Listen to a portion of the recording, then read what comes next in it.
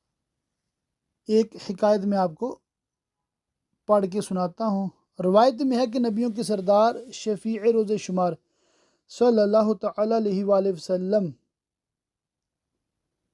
نے ارشاد فرمایا، علم مومن کا دوست، بردباری اس کا وزیر، عقل رہنما، عمل نگران، نرمی اس کا والد اور شفقت بھائی ہے، جبکہ صبر اس لشکر کا امیر ہے۔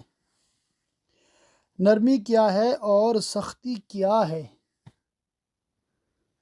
حضرت سیدنا عمرو بن عاص رضی اللہ تعالیٰ عنہ نے اپنے بیٹے حضرت عبداللہ رضی اللہ تعالیٰ عنہ سے پوچھا کہ نرمی کیا ہے؟ انہوں نے کہا، آپ باوقار و بردبار ہیں اور حاکموں سے مہربانی والا معاملہ کریں۔ پوچھا سختی کیا ہے؟ کہا، آپ کا اپنے امام اور ان لوگوں سے دشمنی رکھنا جو آپ کو نقصان پہنچا سکتے ہیں۔ نرمی اور بردباری میں کامیابی ہے۔ حضرت سیدنا حسن بصری علیہ رحمۃ اللہ القوی فرماتے ہیں، مومن سنجیدہ باوقار ہوتا ہے، رات کو لکڑیاں جمع کرنے والے کی طرح نہیں ہوتا کہ جو ہاتھ آیا اٹھا لیا۔